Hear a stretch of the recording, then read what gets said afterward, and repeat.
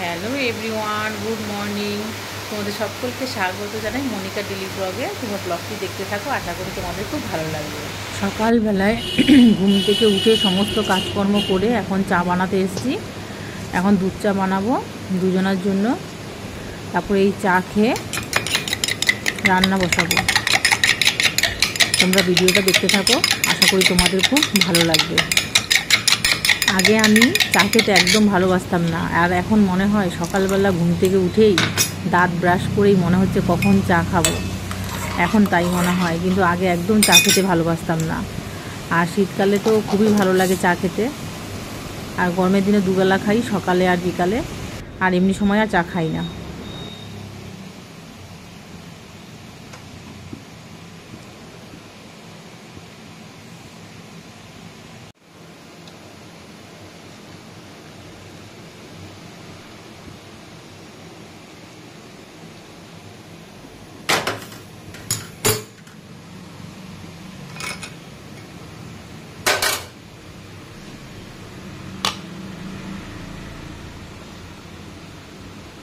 আজকে খুব মেঘলা করে আছে তো, এর জন্য আর হাতে জামা কাপড় কাচিনি। আজকে ভাবছি ওয়াশিং মেশিনে জামা কাপড়গুলো কেচে নেবো। এখানটা সার্ফ দিয়ে দিলাম, লিকুইড সার্ফও দিয়েও যায়, তা আমার কাছে যখন যেটা থাকে সেটা দিয়েই করি। এরকম এখানে সার্ফ দিয়ে দিলাম। ওয়াশিং মেশিন জামা কাপড় কাচলে না একটু সার্ফ বেশি লাগে।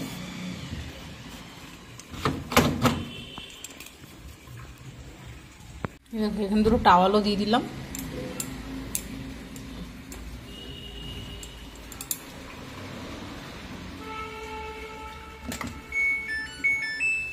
এই যে ওয়াশিং মেশিন চালিয়ে দিলাম, এখন এখানটা দিয়ে জল পড়বে।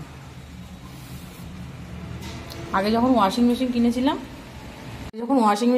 চালাতেই পারছিলাম না যে কি করে চালাতে হয়।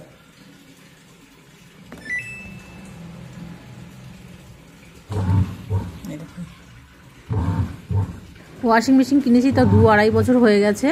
ওয়াশিং মেশিন যখন প্রথম যখন কিনেছি, চালাতাম যেরকম যখন ঘুরতো আমি ভীষণ ভয় পেতাম। তা বুঝতাম না যে এরকম কেন ঘুরে, তারপরে জল পড়ে, তারপরে অনেক শাড়ি দিলে অনেক সময় ঢকঢক করে নড়ে, খুব ভয় পেতাম। কিন্তু এখন আর শিখে গেছে, এখন আর ভয় টয় লাগে না। এখন মাঝে মাঝে যখন বৃষ্টির দিন হয় তখন ওই ওয়াশিং মেশিনেই জামা কাপড় কাচি। এই যে এখানটায় সার্ফ দিয়েছিলাম, তাই ভালো করে ওখান দিয়ে জল পড়ছে যখন, এটা ভালো করে ধুয়ে দিলাম।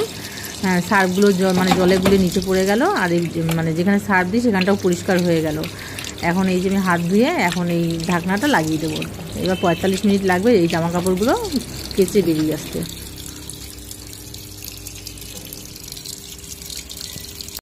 জামা কাপড়গুলো ভালো করে সার্ফের জলটা উল্টে পাল্টে দিলাম।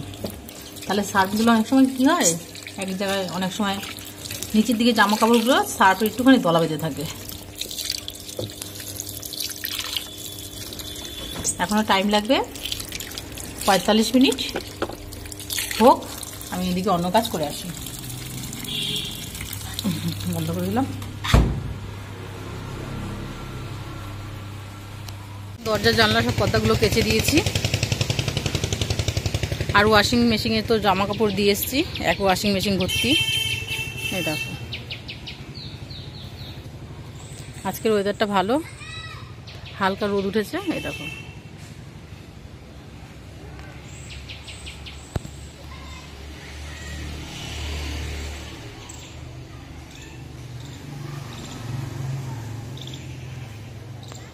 এইদিকে আকাশটা বেশি পরিষ্কার আর রোদ অনেক।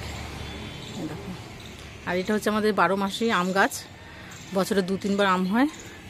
আর এটা হচ্ছে অম্রপল্লী, প্রচুর আম হয়।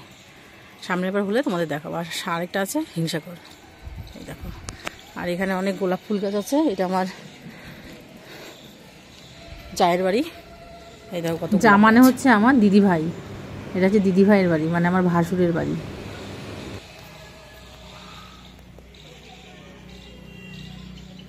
এই বাসনগুলো মেজে এখন রান্না বসাবো, অনেক দেরি হয়ে গেছে ওইসব জামা কাপড় কাচতে গিয়ে।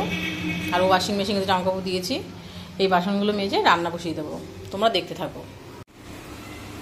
এখানে জল তুললাম, এখন জল তুলে নিয়েছি। এই জায়গাটায় অনেকটা জল পড়ে তো, তাই এই জায়গাটা একটু মুছে নিচ্ছি এখন।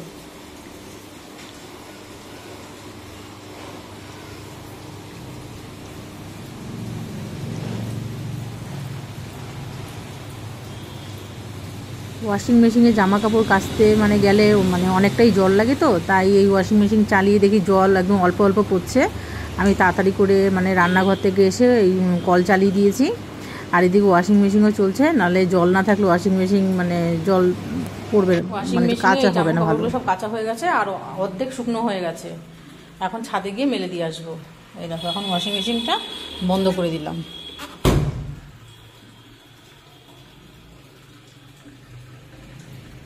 আজকে আমি রান্না করবো ডিমের ঝোল, ডাল আর আলু ঢেঁড়স ভাজা আর পটল ভাজা। এই দেখো ডিমের ঝোলের মশলাটা কষিয়ে নিচ্ছি।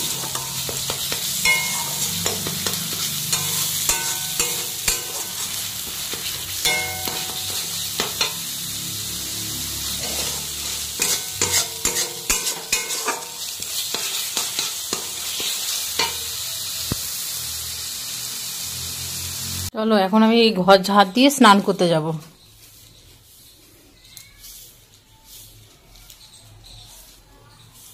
তারপরে স্নান করে এসে ঠাকুর পুজো দেব।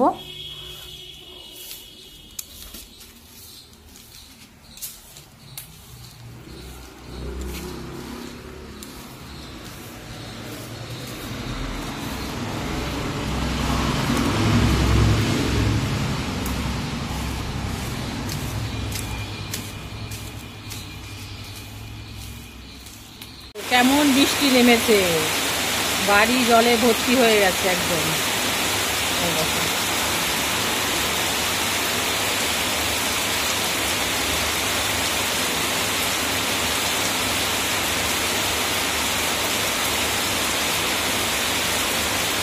এই জোরে বৃষ্টি নামলে জল যাওয়ার মানে পাস হওয়ার জায়গা নেই বলে আমার বাড়িটা জলে এরকম ভর্তি হয়ে গেছে। ভিডিওটা ভালো লাগে তাহলে লাইক, কমেন্ট, শেয়ার